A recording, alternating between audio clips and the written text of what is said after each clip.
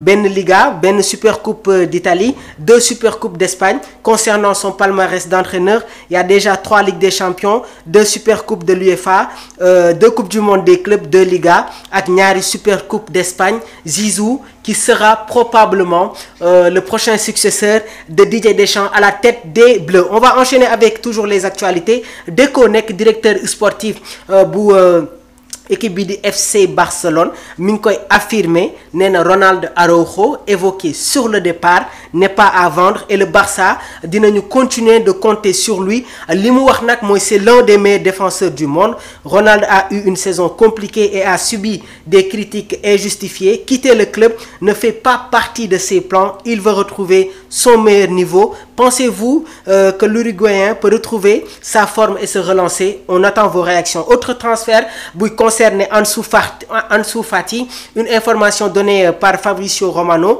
Alerte Info, donc AS Monaco prévoit que les examens médicaux d'Ansu Fati auront lieu plus tard cette semaine, accord de club à club avec le FC Barcelone lors des phases finales de prêt avec clause d'option d'achat, partie du salaire couverte, donc les derniers détails discutés et ensuite l'accord pourrait être scellé. Ansu Fati et Paul Pogba vont s'engager en faveur de Monaco. Une autre information qui concerne toujours le FC Barcelone, muy Ronny Bardi du FC Copenhague. Donc le Barça avance et se rapproche de l'accord pour recruter le talentueux ailier suédois. Donc jamono ji nag accord aux phases finales avec les derniers détails qui devraient être réglés dans les prochains jours, qui devraient être admis en juillet. Comme ni ma leen ko waxee, laissez-nous vos réactions concernant tamit Nicolas Jackson. On va venir avec les nouvelles révélations concernant Sadio Mané, équipe nationale du Sénégal. Nouvelle révélation sur Sadio Mané et le malentendu avec le ministère des Sports.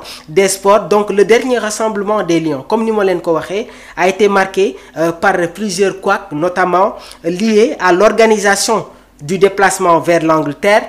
Le premier vice-président de la Fédération sénégalaise de football et le président de la commission des compétitions au sein de la Fédération sénégalaise de football, Abdoulaye Seydou Sow, jot na apporter ay précisions sur cette situation tendue et sur la gestion des voyages des joueurs, citant en exemple le cas emblématique de Sadio Mané. Loolu moo tax j'ai pas voulu apporter une réponse très vite concernant les raisons personnelles de la déclinaison de Sadio Mané.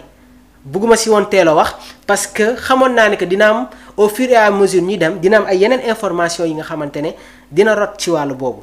Donc Abdoulaye Seydou Sow jot na apporter ay précisions sur cette situation. Déjà il y a des couacs concernant les déplacements. Donc les voyages de l'équipe nationale du Sénégal, toujours on va venir sur les propos de Abdoulaye Seydou Sow. Nee na les voyages de l'équipe nationale du Sénégal, c'était toujours en classe économique. C'est sous Matar Ba qu'on a commencé à réfléchir autrement. Un joueur au statut comme Sadio Mané ne pouvait plus voyager dans ces conditions pour de nombreuses raisons. À l'époque, Sadio Mané payait de par sa propre poche pour se surclasser en business.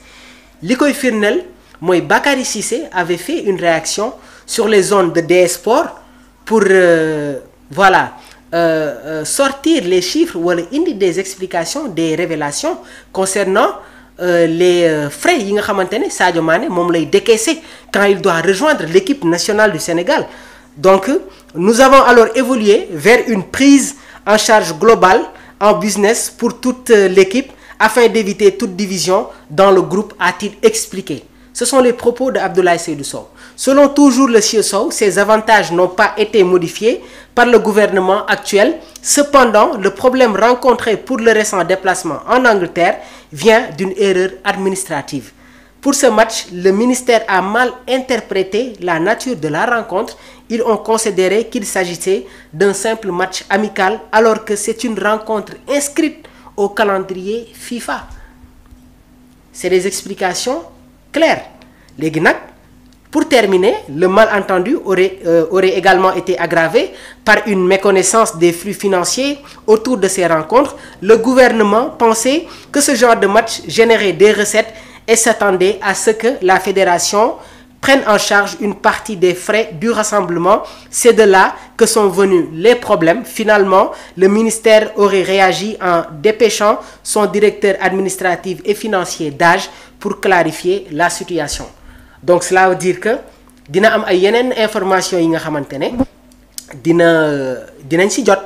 Concernant les prochains rassemblements de l'équipe nationale du Sénégal, il faut que les joueurs soient nekk dans de bonnes conditions pour faire les déplacements. Et concernant le cas de Sadio Mané, man je l'ai toujours dit, je vais le répéter, Sadio Mané mooy identité équipe nationale du Sénégal. L'identité de l'équipe nationale du Sénégal